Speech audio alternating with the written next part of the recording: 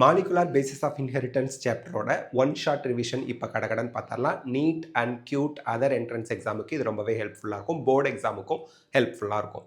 Already நம்ம molecular base of இன்ஹெரிட்டன்ஸ்க்கு line by line explanation video upload பண்ணியிருக்கோம். அதற்கான லிங்க் கீழே டிஸ்கிரிப்ஷனில் வச்சிருக்கோம். Principles of inheritance and variation சாப்டரோட ஒன் ஷார்ட் ரிவிஷனும் நம்ம அப்லோட் பண்ணியாச்சு. அதோட லிங்க்கும் டிஸ்கிரிப்ஷனில் இருக்குது, பார்த்துக்குங்க. இப்போ மாலிகுலர் பேஸ் ஆஃப் இன்ஹெரிட்டன்ஸ்க்கான ஒன் ஷார்ட் ரிவிஷன் பார்க்கலாம். இதில் DNA structure, replication and central டாக்மாலாம் ரொம்ப இம்பார்ட்டன்ட். எக்ஸாம் பாயிண்ட் ஆஃப் வியூவில் நல்லா தெரிஞ்சு வச்சுக்கணும். டிஎன்ஏ தான் த ஜெனட்டிக் மெட்டீரியல். ஜெனட்டிக் மெட்டீரியல்ங்கிறது என்ன? பேரண்ட்ஸ் கிட்ட இருந்து ஆஃப் ஸ்ப்ரிங்ஸ்க்கு கேரக்டரை கேரி பண்ணிட்டு போகிறது தான் ஜெனட்டிக் மெட்டீரியல். அதை டிஎன்ஏ சொல்கிறோம். டிஎன்ஏங்கிறது ஒரு பாலி நியூக்ளியோடைடு செயின். பாலி நியூக்ளியோடைட்னா என்ன? பாலினா மெனி, நிறைய நியூக்ளியோடைட் சேர்ந்து ஒரு செயின் ஃபார்ம் பண்ணுது, அதுதான் டிஎன்ஏ. ஸோ இதில் இருக்கக்கூடிய நைட்ரோஜினஸ் பேசஸ் யார் யாருன்னா பியூரின். பியூரின் வந்து A and G, adenine and guanine. Pyrimidine வந்து பார்த்தீங்கன்னா சைட்டோசின் அண்ட் தைமின். நீங்கள் ஸ்கூலை விட்டு பிரிஞ்சு போகும்போது டிசி வாங்கிட்டு போவீங்கன்னு ஞாபகம் வச்சுங்க. தைமின் அண்ட் சைட்டோசின் ஞாபகம் வச்சுக்கோங்க.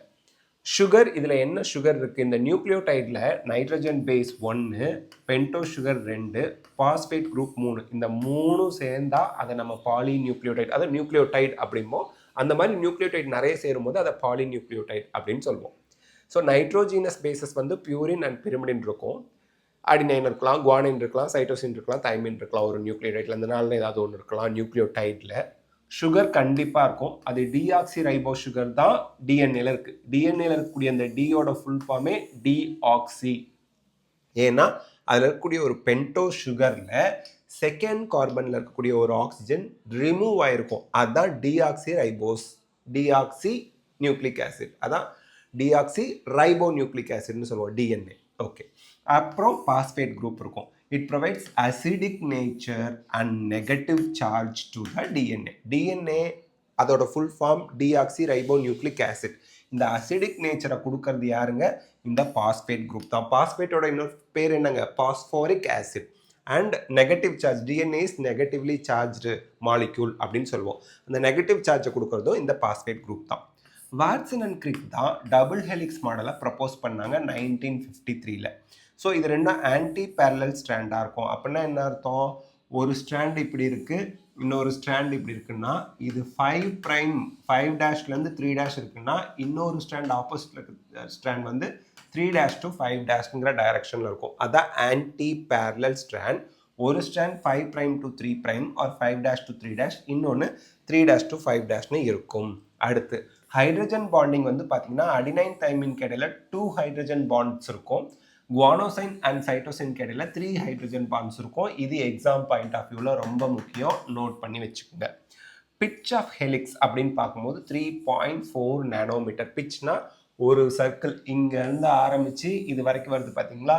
இந்த ஒரு அந்த ஒரு ட்விஸ்ட் ஆகி இருக்கிற அந்த டிஸ்டன்ஸ் தான் பிட்ச்னு சொல்லுவோம். 3.4 நானோமீட்டர்.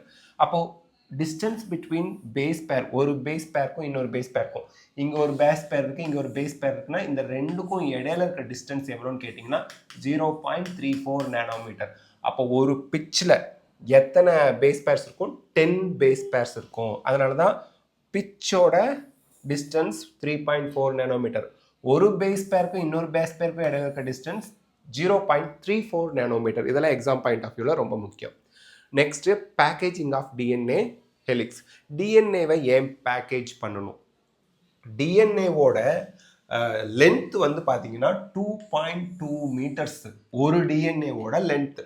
ஒவ்வொரு செல்லுக்குள்ளேயும் ஒரு டிஎன்ஏ இருக்குது. டிஎன்ஏ நியூக்ளியஸ்குள்ளே இருக்குது. நியூக்ளியஸோட சைஸ் வந்து பார்த்தீங்கன்னா 6 மியூஎம். மியூஎம்ங்கிறது 2.2 மீட்டர்ஸோட நம்ம இமேஜின் பண்ண முடியாத அளவுக்கு குட்டி சைஸு.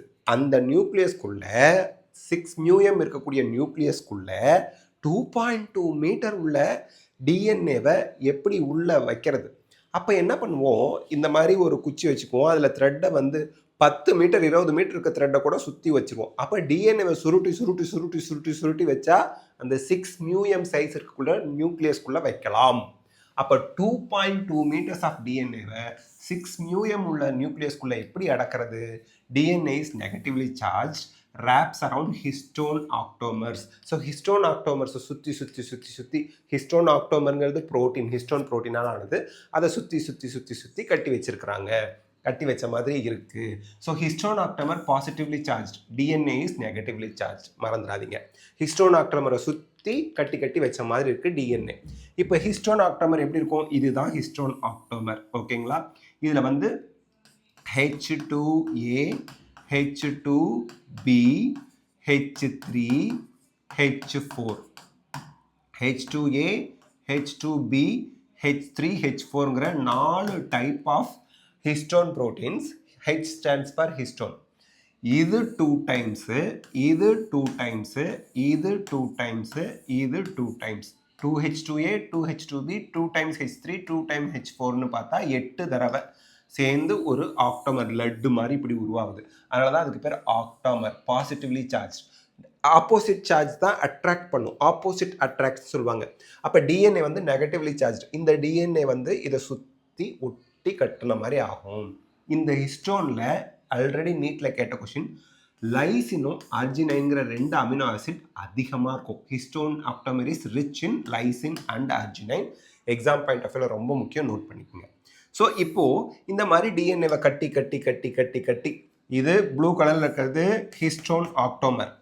இதை சுற்றி இந்த ப்ளூ கலரில் ஒரு த்ரெட் இப்படி போயிட்டு வருது பார்த்தீங்களா, வயலட் கலர் மாதிரி, இதுதான் டிஎன்ஏ. ஸோ இதை மைக்ரோஸ்கோப்பில் பார்க்கும்போது ஒரு த்ரெட்டில் முடிச்சா போட்ட மாதிரி இருக்கும். அதை நம்ம நியூக்ளியோசோம் அப்படின்னு சொல்கிறோம். ஓகேங்களா? So beads on string, chromatin structure seen under the electron microscope. இந்த chromatin structureல beads on string மாதிரி தெரியும். ஸ்ட்ரிங்னா கயிறுல முடிச்சுகளா இருக்கிற மாதிரி நமக்கு விசிபிளா இருக்கும். அதுக்கடுத்து இந்த முடிச்சுகளா போட்டு கயிறா வந்துருச்சு.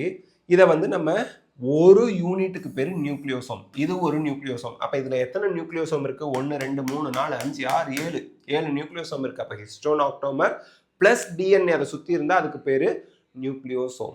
ஸோ இந்த நியூக்ளியோசோம்ஸ் வந்து பீட்ஸ் ஆன் ஸ்ட்ரிங் மாதிரி தெரியுது.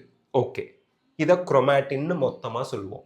இந்த குரோமாட்டின் கொஞ்சம் இந்த மாதிரி தள்ளி தெளிவாக இருந்துச்சுன்னா, லூஸ்லி அரேஞ்சாக இருந்துச்சுன்னா, லைட் ஸ்டெய்னிங், கலர் ரொம்ப கம்மியாக தான் அட்ராக்ட் பண்ணும், அக்செப்ட் பண்ணும். இது டிரான்ஸ்கிரிப்ஷனலி ஆக்டிவாக இருக்கும். எம்ஆர்என்ஏவை சிந்தசிஸ் பண்ணும், எம்ஆர்என்ஏலேருந்து ப்ரோட்டீன் சிந்தசிஸ் எல்லாம் நடக்கும், ஒர்க் பண்ணும், ஃபங்க்ஷனிங்காக இருக்கும். அதே இந்த குரோமாட்டின் நெருக்கமாக கொசன்னு இருக்கும், டென்ஸாக இருக்குது, திக்காக இருக்குது, டார்க் ஸ்டெய்னிங், கலர் போட்டால் அதிகமாக கலரை பிடிச்சி வச்சுக்குது. அப்போ இது இன்ஆக்டிவ், இது டிரான்ஸ்கிரிப்ஷன் பண்ணாது, ப்ரோட்டீன் சிந்தசிஸ் பண்ணாது, வேலைக்கு ஆகாதது. அப்போ யூ குரோமாட்டின் தான் ஃபங்க்ஷனலி ஆக்டிவ், டிரான்ஸ்கிரிப்ஷனலி ஆக்டிவ். ஹெட்டிரோக்ரோமாட்டின் அப்படிங்கிறது ஃபங்க்ஷனலி இன்ஆக்டிவ், டிரான்ஸ்கிரிப்ஷனலி இன்ஆக்டிவ், வேலை செய்யாது, எம்ஆர்என்லாம் ப்ரொடியூஸ் பண்ணாது, அது எக்ஸ்பிரஸ் ஆகாது. ஹெட்டிரோக்ரோமாட்டின். யூ குரோமாட்டின் தான் எக்ஸ்பிரஸ் ஆகும். டிஎன்ஏவை தான் படிச்சுக்கிட்டு இருக்கோம். டிஎன்ஏல தான் ஜீன்ஸ் இருக்குது, ஞாபகம் வச்சுங்க. நிறைய ஸ்டூடெண்ட் கேட்பாங்க, ஜீன்னா என்ன சார்? டிஎன்ஏ எப்படி இருக்குது? டிஎன்ஏல ஒரு செக்மெண்ட்டு தான் ஒரு ஜீன். இந்த மாதிரி எக்ஸ்பிரஸ் ஆகிற ஒவ்வொரு செக்மெண்ட்டும் ஒவ்வொரு ஜீன். அப்போது குரோமோசோம் இப்படி இருக்குது சார். குரோமோசோம்னா என்ன? டிஎன்ஏ தான் பேக்கேஜ் ஆகி குரோமோசோமாக இருக்குது. அப்போ செக்மெண்ட் ஆஃப் குரோமோசோம்னாலும் செக்மெண்ட் ஆஃப் டிஎன்ஏனாலும் அது எதை தான் குறிக்குது? ஜீனை தான் குறிக்குது, ஞாபகம் வச்சுக்கோங்க. ஓகே, நெக்ஸ்ட்டுங்க, எக்ஸ்பெரிமெண்டல் ப்ரூஃப். ஓகேங்க, மாலிகுலர் பேசிஸ் ஆஃப் இன்ஹெரிட்டன்ஸ்னா டிஎன்ஏ தான், அதுதான் ஜெனட்டிக் மெட்டீரியலுங்கிறதுக்கான ப்ரூஃப் என்னங்க? கிரிஃபித் அப்படிங்கிற சயின்டிஸ்ட் 1928 டிரான்ஸ்ஃபார்மிங் பிரின்சிபல் அப்படிங்கிற ஒரு எக்ஸ்பெரிமெண்ட் பண்ணார். அப்படின்னா என்ன? ஒரு பாக்டீரியா எடுத்துக்கிறாரு. அந்த பாக்டீரியா வந்து நோயை ஏற்படுத்தக்கூடியது. அந்த நோயை ஏற்படுத்தக்கூடிய பாக்டீரியாவோட 2 ஸ்ட்ரெயின் இருக்குது. ஒன்று எஸ் ஸ்ட்ரெயின், இன்னொன்று ஆர் ஸ்ட்ரெயின். எஸ் ஸ்ட்ரெயின் ஏன் பேர் வச்சாங்கன்னா, மைக்ரோஸ்கோப்பில் பார்க்கும்போது அதோட கேப்சியூல், அதோட வால் வந்து ஸ்மூத்தாக இருக்குது. அதே ரஃப் ஸ்ட்ரெயினில் கேப்சியூல் இல்லை, அதே போல் அதோட வால் வந்து பார்த்தீங்கன்னா ரஃப்பாக இந்த மாதிரி சொரப்பாக இருக்குது, பார்க்கும்போதே தெரியுது. எஸ் ஸ்ட்ரெயினை இன்ஜெக்ட் பண்ணால் எலிக்கு ஸ்ட்ரெப்டோகாக்கஸ் நிமோனியா ஃபீவரை ஏற்படுத்தக்கூடிய அந்த பாக்டீரியாவை தான் அவங்க யூஸ் பண்ணாங்க. நோய் வரல, நிமோனியா வரல, அது சாகலை. சாரி, எஸ் ஸ்ட்ரெயின் எலியை கொன்னுடும். ஸ்மூத்தாக இருக்கிறத நம்பக்கூடாது, கொன்னுடுச்சு, எலி செத்து போச்சு. ஆர் ஸ்ட்ரெயினை இன்ஜெக்ட் பண்ணுறாங்க, எலி உயிரோட தான் இருந்துச்சு, அது நோயை ஏற்படுத்தலை. ஸ்ட்ரெயின்னா வெரைட்டின்னு அர்த்தம். அடுத்து heat killed S strain. S ஸ்ட்ரெயினை பாக்டீரியாவை 100 டிகிரியில் நல்லா கொதிக்க வச்சா பாக்டீரியா என்ன ஆயிருங்க, இறந்து போயிடும். இறந்து போன பாக்டீரியாவை இன்ஜெக்ட் பண்ணால் அது எஸ்ட்ரெயினாக இருந்தால் என்ன, ஆர்ஸ்ட்ரெயினாக இருந்தால் என்ன. எஸ்ட்ரெயின் தான் கெட்டவன், ஆனால் அவனை கொன்று எலிக்கு இன்ஜெக்ட் பண்ணுறாங்க, நோயை ஏற்படுத்தலை. இப்போ என்ன பண்ணுறாரு, உயிரோடு இருக்கக்கூடிய ஆர்ஸ்ட்ரெயின், செத்துப்போன எஸ்ட்ரெயின், இது ரெண்டையும் மிக்ஸ் பண்ணி எலிக்கு இன்ஜெக்ட் பண்ணுறாங்க. எலி செத்து போச்சு. ஏன்? உயிரோட இருக்க ஆர்ஸ்ட்ரெயின் மட்டும் அனுப்புனப்ப எலி உயிரோட தான் இருந்துச்சு.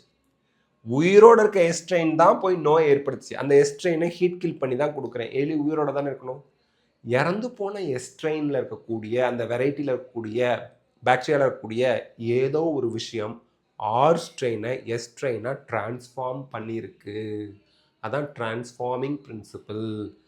அம்பி அந்நியனாக மாறி இருக்கான், யார் அதை மாற்றினது, அவன் தான் டிரான்ஸ்ஃபார்மிங் பிரின்சிபிள் அப்படின்னு சொல்லிட்டாரு Griffith. Okay, so S strain and R strain in mice experiment இது பண்ணாங்க. அடுத்து ஹெர்ஷி அண்ட் சேஸ். இவங்களுக்கு முன்னாடி ஏவரி, மெக்லியாட், மெக்கார்த்தி வராங்க. இவங்க என்ன பண்ணுறாங்க, இந்த பாக்டீரியாவில் புரோட்டீன் இருக்குது, ஆர்என்ஏ இருக்குது, டிஎன்ஏ இருக்குது. யார் போய் ஆர்ஸ்ட்ரெயினை எஸ்ட்ரெயினாக மாற்றினா, எலியை கொல்ல வச்சா, அதுதான் பார்க்க போகிறாங்க. ஹீட் கில்டு எஸ்ட்ரெயினை எக்ஸ்ட்ராக்ட் பண்ணி எடுத்தாங்க தனியாக. அப்புறம் லைவ் ஆர்ஸ்ட்ரெயினை எக்ஸ்ட்ராக்ட் பண்ணி எடுத்தாங்க. ரெண்டையும் மிக்ஸ் பண்ணி ஒரு பாட்டிலில் போட்டாச்சு. இதில் ப்ரோட்டியேஸ் டைஜஸ்ட் ப்ரோட்டீன் அதை போட்டாங்க. டிரான்ஸ்ஃபர்மேஷன் நடந்துச்சு. அப்போ ப்ரோட்டீனை ரிமூவ் பண்ணினதுக்கு அப்புறமும் கூட டிரான்ஸ்ஃபர்மேஷன் நடந்திருக்கு. ஆர்ஸ்ட்ரெயின் எஸ்ட்ரெயினாக மாறி இருக்கு. அப்போது ப்ரோட்டீனே இல்லாத இடத்துல கூட ஆர்ஸ்ட்ரெயின் எஸ்ட்ரெயினாக மாறுதுன்னா ப்ரோட்டீன் ஜெனட்டிக் இன்ஜினியரிங் கிடையாது, ஜெனட்டிக் மெட்டீரியல் கிடையாது. அது ஆர்ஸ்ட்ரெயினை எஸ்ட்ரெயினாக டிரான்ஸ்ஃபார்ம் பண்ணலைன்னு கண்டுபிடிச்சிட்டாங்க. அடுத்து ஆர்என்ஏஸை போடுறாங்க. ஆர்என்ஏஸ்னா ஆர்என்ஏவை போய் டைஜஸ்ட் பண்ணிடும். டிரான்ஸ்ஃபர்மேஷன் நடந்தது. அப்போ ஆர்என்ஏவும் ஆர்ஸ்ட்ரெயினை எஸ்ட்ரெயினாக மாற்றலை. டிஎன்ஏஸ் போட்டாங்க. டிஎன்ஏலாம் டைஜஸ்ட் ஆகிடுச்சு. டிரான்ஸ்ஃபர்மேஷன் நடக்கலை. அப்போது டிஎன்ஏ தான் டிரான்ஸ்ஃபார்மிங் பிரின்சிபல். டிஎன்ஏ இருந்தால் மட்டும்தான் ஆர்ஸ்ட்ரெயின், எஸ்ட்ரெயினோட டிஎன்ஏ ஆர்ஸ்ட்ரெயினை என்னவா மாற்றிருச்சு, எஸ்ட்ரெயினாக கன்வெர்ட் பண்ணுதுன்னு ஒரு கன்க்ளூஷன் கொடுத்தாங்க. பட் ஸ்டில் பீப்புள் இதை அக்செப்ட் பண்ணிக்கல. அப்போ தான் ஹெர்ஷி அண்ட் சேஸ் 1952 அன்ஈக்குவோக்கல் ப்ரூஃப், அதாவது வித்தவுட் எனி டவுட், எந்த ஒரு சந்தேகத்துக்கும் இடமில்லாத ஒரு எக்ஸ்ப்ளனேஷன் கொடுத்தாங்க. ரேடியோ ஆக்டிவ் S35 ப்ரோட்டீன் கோட்டில் போய் பைண்ட் ஆகிற மாதிரியும் பாக்டீரியோஃபேஜில் எடுத்து இவங்க எக்ஸ்பெரிமெண்ட் பண்ணாங்க. இதை கொஷினில் கேட்பாங்க. பாக்டீரியோஃபேஜ்னா பாக்டீரியா அஃபெக்ட் பண்ணக்கூடிய வைரஸ். இந்த வைரஸ் போய் பாக்டீரியாவை அஃபெக்ட் பண்ணும். சரி, இந்த பாக்டீரியாவில் ஒரு பாக்டீரியாவில் ப்ரோட்டீன் கோட்டுக்கு ரேடியோ ஆக்டிவிட்டி கொடுத்தாங்க, S35, சல்ஃபர் 35. இன்னொரு பாக்டீரியோஃபேஜில் P35, பாஸ்பேட் 32 பாஸ்பேட் 32 ரேடியோ ஆக்டிவோடு இருக்கிறத இன்ஜெக்ட் பண்ணாங்க. இப்போது S35 போய் எதை ரேடியோ ஆக்டிவிட்டி ஆக்குங்க, ப்ரோட்டீனை. இதில் நெக்ஸ்ட் ஜென்ரேஷனில் பாக்டீரியாவிலேருந்து வரக்கூடிய பாக்டீரியோஃபேஜில் ரேடியோ ஆக்டிவிட்டி இல்லை. அப்போது ப்ரோட்டீன் ஒரு ஜென்ரேஷன்லேருந்து இன்னொரு ஜென்ரேஷனுக்கு கடத்தப்படலைன்னு முடிவு பண்ணியாச்சு. அடுத்து டிஎன்ஏவில் பாஸ்பேட் 32 ரேடியோ ஆக்டிவிட்டியோட டிஎன்ஏவை ரேடியோ ஆக்டிவ் ஆக்கிட்டாங்க. அடுத்த ஜென்ரேஷனில் ரேடியோ ஆக்டிவிட்டி இருந்துச்சு. அப்போ டிஎன்ஏ தான் ஒரு ஜென்ரேஷன்லேருந்து அடுத்த ஜென்ரேஷனுக்கு கடத்தப்படுது அப்படின்னு சந்தேகத்துக்கு இடம் இல்லாமல் டிஎன்ஏ தான் ஒரு ஜென்ரேஷன்லேருந்து அடுத்த ஜென்ரேஷனுக்கு போகுது, ஜெனட்டிக் மெட்டீரியல் டிஎன்ஏ தான் அப்படின்னு ஹெர்ஷி அண்ட் சேஸ் ஃபைனலாக தெளிவான ஒரு எக்ஸ்பெரிமெண்ட்டாக கொடுத்தாங்க. இதில் கொஷின் என்ன தெரியுமா கேட்பாங்க, P32 இருக்குல்ல, இது யார் கூட போய் பைண்ட் ஆகும்? P32 டிஎன்ஏல போய் பைண்ட் ஆகும். S35 இருக்குல்ல, அது யார் கூட போய் பைண்ட் ஆகும்? S35 யார் கூட பைண்ட் ஆகும்னா ப்ரோட்டீன் கூட பைண்ட் ஆகும், மறந்துடாதீங்க. அடுத்து Meselson and Stahl 1958 semi conservative DNA ரெப்ளிகேஷனை ப்ரூவ் பண்ணாங்க. இதுக்கு அவங்க என்ன யூஸ் பண்ணாங்க?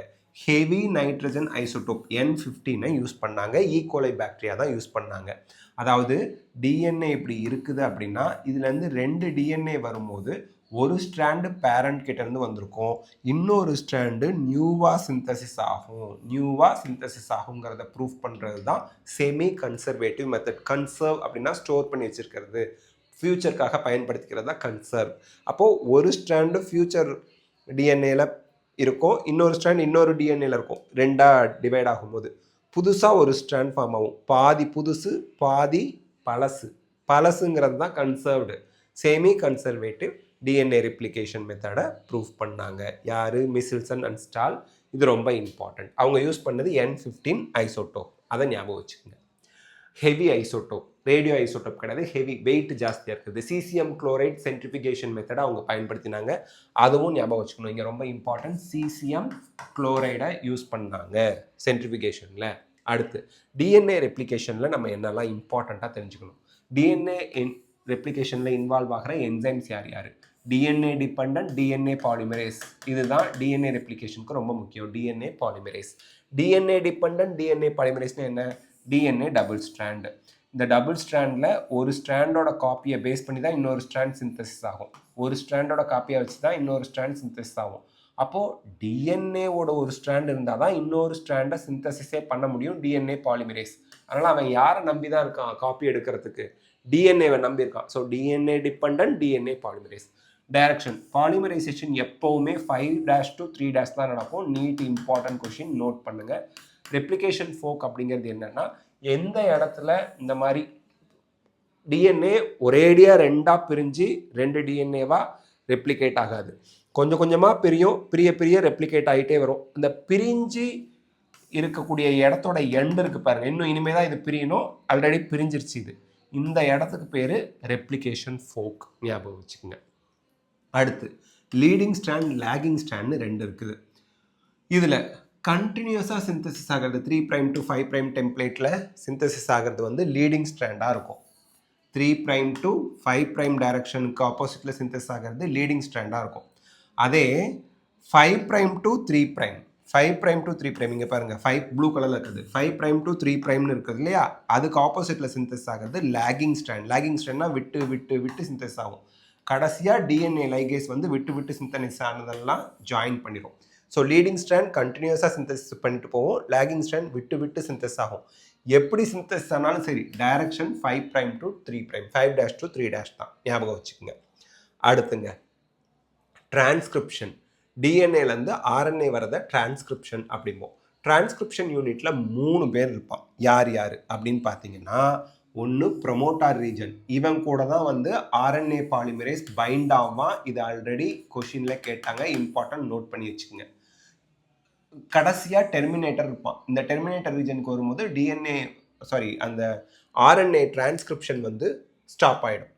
இதுக்கு இடையில ஸ்ட்ரக்சரல் ஜீன் ஒரு ஏரியா ப்ளூ கலரில் மென்ஷன் பண்ணியிருக்கோம்ல, இதுதான் எம்ஆர்என்ஏவாவோ ஆர்ஆர்என்ஏவாவோ டிஆர்என்ஏவாவோ டிரான்ஸ்கிரைப் ஆக போகிறது. ஆக்சுவலி எம்ஆர்என்ஏக்கு முதல்ல ஹெச்என்ஆர்என்ஏ வரும், அதுக்கப்புறம் தான் எம்ஆர்என்ஏவா அது ப்ராசஸ் ஆகும். ஓகே, ஸோ இதை ஞாபகம் வச்சுக்கணும். டெம்ப்ளேட் விசஸ் கோடிங் ஸ்ட்ராண்ட், இதை பேஸ் பண்ணியும் கொஷின் கேட்பாங்க. இப்போ டெம்ப்ளேட் ஸ்ட்ராண்ட் என்னவோ அதுக்கு காம்ப்ளிமெண்ட்ரி சீக்வன்ஸ் உருவாகும், அதுதான் டெம்ப்ளேட் ஸ்ட்ராண்டை சொல்கிறோம். ஸோ எம்ஆர்என்ஏ பாருங்கள் 5' to 3' அப்படின்னு முடியும். எம்ஆர்என்ஏ இது 3'. ஸோ ஆனால் டெம்ப்ளேட் ஸ்ட்ராண்ட் 3' to 5'ன்னு இருக்கும். ஸோ டைரக்ஷன் முதற்கொண்டு ஆப்போசிட்டாக இருக்கும். டெம்ப்ளேட்டுக்கு ஆப்போசிட்டாக இருக்கும் எம்ஆர்என்ஏ. டெம்ப்ளேட் 3' to 5'னா எம்ஆர்என்ஏ 5'லேருந்து 3'ல போய் முடியும். ஓகே, இங்கே சைட்டோசின் இருந்தால் இங்கே குவானைன் வரும், இங்கே குவானைன் இருந்தால் இங்கே சைட்டோசின், இங்கே அடினைன் இருந்தால் இங்கே தைமினுக்கு பதிலாக யுராசில் வரும்.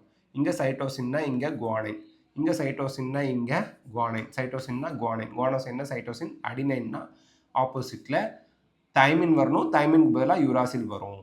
ஸோ இதுதான் நம்ம வந்து டிரான்ஸ்கிரைப் ஆகிறது. டெம்ப்ளேட் ஸ்ட்ராண்டுக்கு காம்ப்ளிமெண்ட்டாக டிரான்ஸ்கிரிப்ஷன் நடக்கும். அதே கோடிங் ஸ்ட்ராண்டில் என்ன டைரக்ஷன் பாருங்கள், 5' to 3'. எம்ஆர்என்ஏவும் 5' to 3'ன்னு இருக்கும், சேம் டைரக்ஷன் இருக்கும். கோடிங் ஸ்ட்ராண்டில் என்ன சீக்வன்ஸ் இருக்கோ அதே தான் எம்ஆர்என்ஏல இருக்கும். இன்ஸ்டெட் ஆஃப் தைமின் எம்ஆர்என்ஏல யுராசில் இருக்கும். கோடிங் ஸ்ட்ராண்டில் தைமின் இருக்குன்னா நமக்கு எம்ஆர்என்ஏல யுராசில் இருக்கும். அதர் தென் கோடிங் ஸ்ட்ராண்டில் அடினைன்னா எம்ஆர்என்ஏலையும் அடினைன் தான். கோடிங் ஸ்ட்ராண்டில் குவானைன்னா எம்ஆர்என்ஏலையும் குவானைன் தான். கோடிங் ஸ்ட்ராண்டில் சைட்டோசின்னா எம்ஆர்என்ஏலையும் சைட்டோசின் தான் வரும். ஸோ கோடிங் ஸ்ட்ராண்டுக்கு பேரலாக இருக்கிற மாதிரி எம்ஆர்என்ஏ இருக்கும். ஸோ இதை பேஸ் பண்ணி கொஷினில் கேட்பாங்க. டைரக்ஷன் முதற்கொண்டு எல்லாமே கோடிங் ஸ்ட்ராண்டும் எம்ஆர்என்ஏவும் ஒரே மாதிரி தான் இருக்கும். தைமினுக்கு பதிலாக யுராசில் இருக்கும், அவ்வளோதான். ஆனால் டெம்ப்ளேட் ஸ்ட்ராண்டுக்கு காம்ப்ளிமெண்ட்டாக இருக்கும். அப்படியே அடினைன் இருந்தால் அதுக்கு ஆப்போசிட்டில் என்ன வரணும், தைமின், அதுக்கு பதிலாக யூராசின் வந்துடும். குவானின் இருந்தால் சைட்டோசின், சைட்டோசின் இருந்தால் குவானின், தைமின் இருந்தால் அடினைன். அந்த மாதிரி காம்ப்ளிமெண்ட்ரியாக இருக்கும் எம்ஆர்என்ஏ டெம்ப்ளேட்டுக்கு. பட் கோடிங்க்கு சிமிலராக இருக்கும். அப்போ கோடிங் ஸ்ட்ராண்ட் தெரிஞ்சால் எம்ஆர்என்ஏவோட சீக்வன்ஸை அப்படியே மேட்ச் பண்ணி ஈக்குவலாக ஒரே மாதிரி இருக்கும்னு கண்டுபிடிச்சிடலாம். ஓகேங்க. இப்போ போஸ்ட் டிரான்ஸ்கிரிப்ஷனல் மாடிஃபிகேஷன் யூகேரியாட்ஸில் தான் நடக்குது, ப்ரோகேரியாட்ஸில் இல்லை. ஸோ ஃபஸ்ட்டு நமக்கு உருவாகிறது ஹெட்டிரோஜீனஸ் நியூக்ளியார் ஆர்என்ஏ. இதில் இன்ட்ரான்ஸும் இருக்கும், எக்ஸான்ஸும் இருக்கும். இந்த இன்ட்ரான்ஸ் இருக்குது பார்த்தீங்களா, இது நான் ஃபங்க்ஷனலுங்க. இன்ட்ரான்ஸ் நமக்கு ஃபங்க்ஷனிங் ஆகாது. அப்போ இன்ட்ரான்ஸ் எல்லாம் கட் பண்ணி தூக்கி போட்டுட்டு எக்ஸான்ஸ் வந்து எக்ஸ்பிரஸிங் ரீஜன், எக்ஸான்ஸை மட்டும் ஜாயின் பண்ணி வர்றது தான் நமக்கு கடைசியாக எம்ஆர்என்ஏ அப்படின்னு சொல்லுவோம். இதில் கேப்பிங் அப்படிங்கிறதுல மெத்தில் குவானோசைன் ட்ரைபாஸ்பேட்னு சொல்லுவோம். இந்த மாதிரி இருக்கும். அது வந்து கேப்பில் ஜாயின் பண்ணும். டெயிலில் வந்து பாலி அடினைலேட் யூனிட்ஸ் 200 வரைக்கும், 200 அடினைலிக் ஆசிட் அது வந்து ஜாயின்ட் ஆகும். ஸோ கேப்பிங்கில் மெத்தில் குவானோசைன் ட்ரைபாஸ்பேட் G+P வந்து ஜாயின்ட் ஆகும். டெயிலில் 3' டெயில் வால்னு சொல்லுவோம், அதில் பாலி அடினைலேட் யூனிட் வந்து ஜாயின்ட் ஆகும், அடினைலேட் ரெசிடியூஸ் வந்து ஜாயின்ட் ஆகும். அப்போது கேப்பிங் அண்ட் டெய்லிங் ரொம்ப முக்கியம். அதே போல் இன்ட்ரான்ஸ் எல்லாம் தூக்கிட்டு எக்ஸான்ஸ் மட்டும் ஜாயிண்ட் ஆகி வரும். இப்போ இந்த ஹெச்என்ஆர்என்ஏலேருந்து எம்ஆர்என்ஏ வருது பார்த்தீங்களா, இதை தான் நம்ம வந்து டிரான்ஸ்கிரிப்ஷனல் மாடிஃபிகேஷன் யூகேரியட்ஸில் நடக்குது இல்லையா, ப்ராசஸிங் ஆஃப் ஹெச்என்ஆர்என்ஏ அப்படின்னு சொல்லுவோம், எம்ஆர்என்ஏவாக வரும். இந்த எம்ஆர்என்ஏ தான் நியூக்ளியர் போர், நியூக்ளியஸில் இருக்கக்கூடிய ஓட்ட வழியாக சைட்டோபிளாசத்துக்கு வர முடியும். ஹெச்என்ஆர்என்ஏ நியூக்ளியஸ்குள்ளே மட்டும்தான் இருக்கும். அது எம்ஆர்என்ஏவாக மாறினா மட்டும்தான் சைட்டோபிளாசத்துக்கு நியூக்ளியர் போர் வழியாக வெளியே வர முடியும். ஞாபகம் வச்சுக்கோங்க. Next, genetic code and translation. Genetic code எப்போவுமே ட்ரிப்ளெட்ஸாக இருக்கும். ட்ரிப்ளெட்னா 3 பேசிஸோடு இருக்கும், 3 நியூக்ளியோடைட் சேர்ந்ததாக இருக்கும். யூனிவர்சல்னா என்ன, ஏயுஜிங்கிறது மெத்தியோனைனை சிந்தசிஸ் பண்ணுறது. பாக்டீரியாவிலையும் மெத்தியோனைன் தான் சிந்தசிஸ் பண்ணும், ஹியூமன்லேயும் மெத்தியோனைன் தான், அனிமல்ஸ்லேயும் மெத்தியோனைன் தான், பிளான்ட்ஸ்லேயும் மெத்தியோனைன் தான். அதான் யூனிவர்சல் அப்படிங்கிறோம். டீஜெனரேட்னா என்ன, டீஜெனரேட் அப்படிங்கிறது இங்கே பாருங்கள், ட்ரிபிள்யூங்கிறதும் ஃபினைல் அலனைனை தான் சிந்தசிஸ் பண்ணும், யூயூசிங்கிறதும் ஃபினைல் அலனைனை தான் சிந்தசிஸ் பண்ணும். ஒரு அமினோ ஆசிட்க்கு மோர் தென் 1 கோடான் இருந்துச்சு, கோடான் ட்ரிப்ளெட் 3 இருக்கும், 3 நியூக்ளியோடைட் சேர்ந்தது தான் ஒரு கோடான். மோர் தென் 1 கோடான் ஒரு நியூக்ளியோடைட் ஒரு அமினோ ஆசிடை கோட் பண்ணிச்சுன்னா, ட்ரிபிள்யூனாலும் ஃபினைல் அலனைன் தான், யூயூசிங்கிறது டிஃப்ரெண்ட் ட்ரிப்ளெட், அதுவும் என்ன தான் பண்ணுது, ஃபினைல் அலனைன் தான் கோட் பண்ணுது. அதுதான் டீஜெனரேட் அப்படின்னு சொல்கிறோம். நான் ஆம்பிகுவஸ்னா என்ன, ஸோ இதில் வந்து உங்களுக்கு ட்ரிப்டோஃபேன் அப்படின்னு யூஜிஜி ட்ரிப்டோஃபேனை சிந்தசிஸ் பண்ணுது அப்படின்னா, இந்த அமினோ ஆசிடை மட்டும்தான் இது எப்போவுமே சிந்தசிஸ் பண்ணும், வேறு அமினோ ஆசிடை இது சிந்தசிஸ் பண்ணாது. அதான் நான் ஆம்பிகுவஸ், குழப்பம் இல்லாத, கன்ஃபியூஷன் இல்லாது. யூஜிஜி ட்ரிப்டோஃபேனை மட்டும்தான் சிந்தசிஸ் பண்ணும், வேறு எந்த வேலையும் செய்யாது. அதுதான் ஞாபகம் வச்சுக்கோங்க. அண்ட் எ கோடான் அப்படிங்கிறது is a sequence of 3 nucleotide, 3 nucleotide சேர்ந்தது தான் ஒரு கோடான், அதனால தான் அதை ட்ரிப்ளெட் அப்படிங்கிறோம். யூயூசிங்கிறது ஃபினைல் அலனைன் அப்படிங்கிற அமினோ ஆசிடை கோட் பண்ணும். அதை கேரி பண்ணிட்டு வரதுக்கு ஒரு டிஆர்என்ஏ வேணும். யாருக்கு மட்டும் டிஆர்என்ஏ இருக்காது தெரியுங்களா, யூஏஜி, யூஜிஏ, யூஏஏ, யூஏஏ, யூஏஜி, யூஜிஏ, யூஏஏ, இந்த 3 கோடானுக்கும் நமக்கு டிஆர்என்ஏ கிடையாது. ஏன்னா இந்த 3 பேரும் ஸ்டாப் கோடான்ஸ். ஸ்டாப் கோடான்ஸ்னால் என்ன, புரோட்டீன் சிந்தசிஸை நிறுத்துறவன் இவன். யூஏஏ, யூஏஜி, யூஜிஏ. ஸ்டார்ட் பண்ணுறவன் யார், ஏயூஜி. ஸ்டார்ட் கோடானுக்கு டிஆர்என்ஏ உண்டு. ஸ்டாப் கோடான்ஸ் 3 பேர் இருக்கான், ஸ்டாப் கோடான்ஸ். இந்த 3 ஸ்டாப் கோடானுக்கும் நோ டிஆர்என்ஏ, டிஆர்என்ஏ கிடையாது. டிஆர்என்ஏனா யார், அமினோ ஆசிடை புரோட்டீன் சிந்தசிஸ் பண்ணுற ரைபோசோமுக்கு கேரி பண்ணிட்டு வரவன் தான் டிஆர்என்ஏ. ஞாபகம் வச்சுக்கோங்க. ஸோ இந்த டிரான்ஸ்லேஷன் ஸ்டெப்பை பொறுத்த வரைக்கும் ரொம்ப குயிக்காக பார்க்குறோம். லைன் பை லைன் எக்ஸ்ப்ளனேஷன் போட்டிருக்கோம், இப்போ குயிக்காக பார்க்குறோம். ஆல்ரெடி போட்டாச்சு அதெல்லாம். சார்ஜிங் ஆஃப் டிஆர்என்ஏ அப்படிங்கிறது ஏடிபி டிபெண்ட் அமினோ அசிலேஷன். அதாவது டிஆர்என்ஏவோட போய் ஒரு அமினோ ஆசிட் பைண்ட் ஆனிச்சு அப்படின்னா அதுதான் சார்ஜிங் ஆஃப் டிஆர்என்ஏ. இதுக்கு ஏடிபி எனர்ஜி வேணும், ஞாபகம் வச்சுக்கோங்க. அடுத்து initiation, ribosome binds to mRNA at the start codon. இதில் நல்லா ஞாபகம் வச்சுக்கோங்க, mRNA போய் பைண்ட் ஆகிறது small unit of ribosome. Ribosomal சப்யூனிட்டில் ஸ்மால் சப்யூனிட்டில் தான் mRNA பைண்ட் ஆகும். லார்ஜ் சப்யூனிட்டில் tRNA வந்து உட்காரும். So initiation small subunit of ரைபோசோமில் mRNA போய் பைண்ட் ஆகிறது. Elongation peptide bond formation between amino acid. ஒரு அமினோ ஆசிட்க்கும் இன்னொரு அமினோ ஆசிட்க்கு இடையில பெப்டைட் பாண்ட் ஃபார்ம் ஆகிறது. அடுத்தடுத்து அமினோ ஆசிட் அப்படியே செயினாக ஃபார்ம் பண்ணிக்கிட்டே போயிட்டுருக்கும். Termination release factor binds to stop codon. Stop கோடான்ங்கிறது UAA, UAG, UGA இந்த மூணில் ஏதாவது ஒன்று இருக்கும். இதுக்கு tRNA கிடையாது, ரிலீஸ் ஃபேக்டர் தான் போய் பைண்ட் ஆகும். அதோட என்ன நின்று போச்சுங்க, டிரான்ஸ்லேஷன் நின்று போச்சு, ப்ரோட்டீன் சிந்தசிஸ் நின்று போச்சு. ப்ரோட்டீன் தனியாக போயிடும், 2 ribosome unit large unit small unit தனித்தனியாக போயிடும், mRNA தனியாக போயிடும். கடைசியாக ப்ரோட்டீன் சிந்தசிஸ் ஆகிடுச்சு. இதை தான் நம்ம டிரான்ஸ்லேஷன் ஸ்டெப்ஸில் பார்க்குறோம். NCERT line by line video already upload பண்ணியிருக்கோம். அடுத்து regulation of gene expression, lac operon இதை எக்ஸாம்பிளுக்கு படிக்க போகிறோம். இதை நமக்கு எக்ஸ்பிளைன் பண்ணியிருக்கிறது யாருன்னா ஜேக்கப் அண்ட் மோனாட் அப்படிங்கிற 2 சயின்டிஸ்ட். இதில் 3 ஜீன் ரொம்ப முக்கியம். I gene, Z gene, Y gene, A gene, 4 gene. I gene யார்? ரெகுலேட்டரி ஜீன், ரெப்ரஸாரை ப்ரொடியூஸ் பண்ணுவார் இவர், ரெப்ரஸார் ப்ரோட்டீனை. அவர் தான் ரெகுலேட்டரி ஜீனும் சொல்லுவோம். இசட் ஜீன்கிறவன் பீட்டா கேலக்டோசிடேஸ் என்சைமை சிந்தசிஸ் பண்ணுறதுக்கு காரணம். ஒய் ஜீன் பர்மியேஸை சிந்தசிஸ் பண்ணுவான். ஏ ஜீன் டிரான்ஸ் அசிட்டிலேஸ் அதை சிந்தசிஸ் பண்ணுவான். ஜியான் ஞாபகம், ZYA. ஸோ இப்போ எப்போ வந்து இது சுவிட்ச் ஆஃபில் இருக்கும், ஃபங்க்ஷன் ஆகாமல் இருக்கும், லேக் ஓப்பரான்ங்கிறது ஒன்றும் இல்லை, டிஎன்ஏல ஒரு டிரான்ஸ்கிரிப்ஷனல் யூனிட் தான் நமக்கு lakh ஓப்பரான்.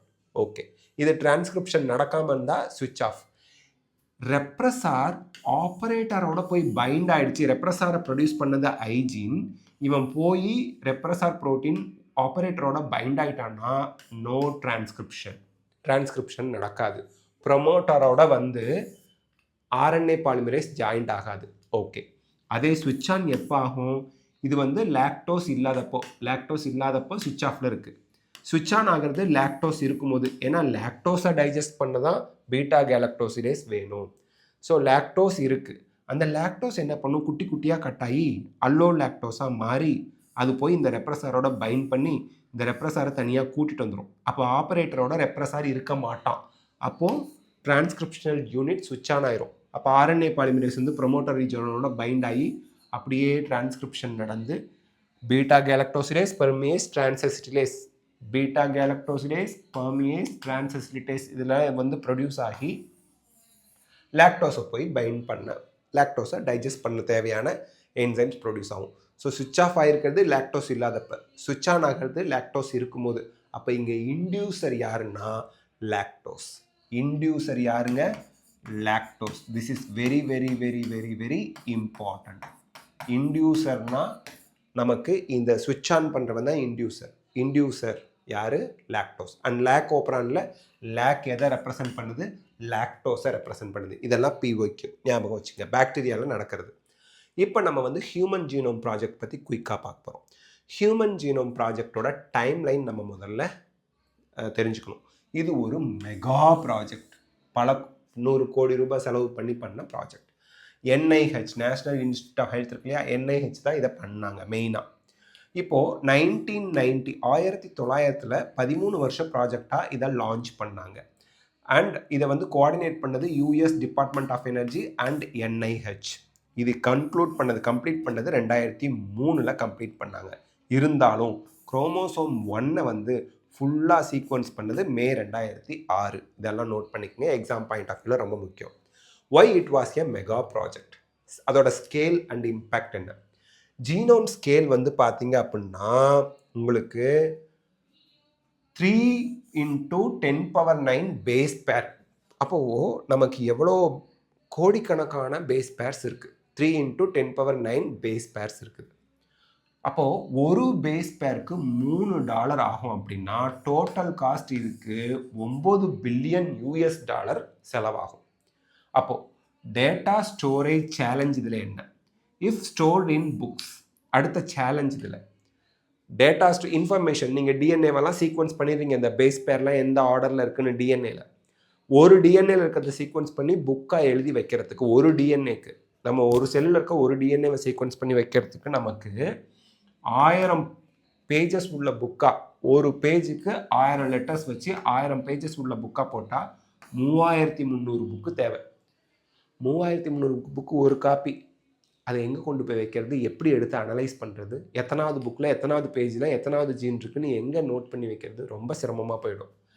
So birth of bio informatics, அப்போ தான் பயோ இன்ஃபர்மேட்டிக்ஸ் வரும். இது கம்ப்யூட்டர்ஸை பயாலஜிக்கல் டேட்டாவை ஃபீட் பண்ணுறதுக்கு யூஸ் பண்ணுறது. நம்ம ஃபைண்ட் அவுட் பண்ண பயாலஜிக்கல் டேட்டாவை ஸ்டோர் பண்ணி வைக்க கம்ப்யூட்டர்ஸ் யூஸ் பண்ணுறது. So data storage and analysis, டேட்டாவை ஸ்டோர் பண்ணி வைக்கிறது மட்டும் இல்லாமல் அதை அனலைஸ் பண்ணி அதுலேருந்து நம்ம ஃப்யூச்சர் யூஸ்க்கு பயன்படுத்திக்கிற மாதிரி கம்ப்யூட்டர் சயின்ஸ் டெவலப் பண்ணுச்சு. அதுதான் பயோ இன்ஃபர்மேட்டிக்ஸ். ஓகே, இப்போ goals of human genome project என்ன? So scientific discovery. இதில் வந்து பார்த்தீங்கன்னா 20,000 25,000 ஜீன்ஸ் ஹியூமன் டிஎன்ஏல இருக்குது, அதை கண்டுபிடிக்கணும். அதுதான் கோல், நோக்கம். Determine sequence of the 3 billion chemical base pairs. 3 billion, 1 பில்லியன்னா 100 கோடி. அப்போ 300 கோடி கெமிக்கல் பேஸ் பேர்ஸை நம்ம கண்டுபிடிக்கணும். அடுத்து டெக்னாலஜிக்கல் இன்ஃப்ராஸ்ட்ரக்சர் என்ன தேவைப்படுது? இன்ஃபர்மேஷன்ஸை டேட்டா பேஸில் நீங்கள் ஸ்டோர் பண்ணிக்கணும் கம்ப்யூட்டர்ஸில். Improve tools and data analysis, transfer related technologies to other sectors like industries. So நீங்கள் இவ்வளோ $9 பில்லியன் செலவு பண்ணி நீங்கள் பண்ணக்கூடிய இந்த ரிசர்ச்னால மனிதர்களுக்கு என்ன யூஸ்? ஸோ இண்டஸ்ட்ரீஸ்க்கெல்லாம், அக்ரிகல்ச்சர், மற்ற இண்டஸ்ட்ரிக்கெல்லாம், மெடிசின், இதிலெல்லாம் பயன்படுத்துறதுக்கு இந்த இன்ஃபர்மேஷனை நம்ம ஷேர் பண்ணணும். Social and ethical frame work. எல்லாம் கம்முன்னு இருப்பாங்களா? மத குருமார்கள் இருப்பாங்க எல்லா மதத்துலேயும். அவங்க என்ன சொல்லுவாங்க? டிஎன்ஏ கடவுள், அது வந்து நம்ம சீக்வன்ஸ் பண்ணுறது தவறு, இந்த மாதிரி சயின்டிஃபிக் ரிசர்ச்லாம் இயற்கைக்கு எதிரானது, இப்படிலாம் சொல்லுவாங்க. அப்போது எத்திக்கல், லீகல் அண்ட் சோஷியல் இஷ்யூஸை நமக்கு வந்து இந்த ப்ராஜெக்ட்னால வரக்கூடிய இந்த இஷ்யூஸை அட்ரஸ் பண்ணுறதுக்கு எல்சி அப்படிங்கிற ஒன்றை உருவாக்குனாங்க ஹியூமன் ஜீனோம் ப்ராஜெக்ட் பண்ணக்கூடிய சயின்டிஸ்ட். ஓகே, ஹியூமன் ஜீனோம் ப்ராஜெக்டை எப்படி பண்ணாங்க, அதுக்கான ப்ராசஸ் என்ன? 2 மேஜர் அப்ரோச் பண்ணாங்க. ஒன்று எக்ஸ்பிரஸ்டு சீக்வன்ஸ் டேக்ஸ், இஎஸ்டிஸ் அப்படின்னு சொல்லுவாங்க. எந்த சீக்வன்ஸ்லாம் எக்ஸ்பிரஸ் ஆகுது? டிஎன்ஏலேருந்து ஆர்என்ஏவை ப்ரொடியூஸ் பண்ணி ஆர்என்ஏலேருந்து ப்ரோட்டீன் ஃபார்ம் ஆகுது இல்லையா? இந்த சீக்வன்ஸை ப்ரொடியூஸ் பண்ணக்கூடிய இந்த எக்ஸ்பிரஸிங் சீக்வன்ஸ், டிஎன்ஏல எக்ஸ்பிரஸ் பண்ணக்கூடிய எந்த சீக்வன்ஸ்லேருந்து டிரான்ஸ்கிரிப்ஷன் டிரான்ஸ்லேஷன் நடக்குதோ அதை மட்டும் சீக்வன்ஸ் பண்ணணும். Identify all genes that are expressed as RNA and அதை மட்டும் சீக்வன்ஸ் பண்ணுங்கள். ரெண்டாவது sequence annotation, sequencing the whole set of genome. Expressing non எக்ஸ்பிரஸிங்னு பிரிக்காதீங்க. என்டையர் ஜீனோம் டிஎன்ஏ முழுசையும் நீங்கள் என்ன பண்ணிடுங்க, சீக்வன்ஸ் பண்ணிவிடுங்க. கோடிங், நான் கோடிங், கோடிங் அப்படின்னா எக்ஸ்பிரஸ் ஆகும், நான் கோடிங் எக்ஸ்பிரஸ் ஆகாது, எல்லாத்தையுமே நீங்கள் வந்து சீக்வன்ஸ் முதல்ல பண்ணிவிடுங்க. அதுக்கப்புறம் ஒவ்வொரு ரீஜனும் என்ன ஃபங்க்ஷன் பண்ணுது, ஃபங்க்ஷன் பண்ணாமல் இருக்குன்னு பார்த்துக்கலாம் அப்படின்னாங்க. இதை தான் ஃபாலோ பண்ணாங்க, சீக்வன்ஸ் அனோட்டேஷன் தான். ஏன்னா அவங்க எக்ஸ்பிரஸ்டு சீக்வன்ஸ் டேக்ஸ் எந்த ரீஜன்லாம் எக்ஸ்பிரஸ் பண்ணுதுன்னு கண்டுபிடிக்கிறதுக்கே பல வருஷம் ஆகிடும். அதனால் என்டையர் டிஎன்ஏவையும் சீக்வன்ஸ் பண்ணிட்டாங்க. ஸோ இந்த சீக்வன்சிங் ப்ராசஸ் ஃப்ளோ அப்படின்னு பார்த்தா டோட்டல் டிஎன்ஏ, அதுதான் சீக்வன்ஸ் அனோட்டேஷன். முழு டிஎன்ஏவையும் ஐசோலேட் பண்ணி எடுத்துடணும். அதை ரெஸ்ட்ரிக்ஷன் என்சைம்ஸ் போட்டு சின்ன சின்ன பீஸாக கட் பண்ணி வச்சுக்கணும்.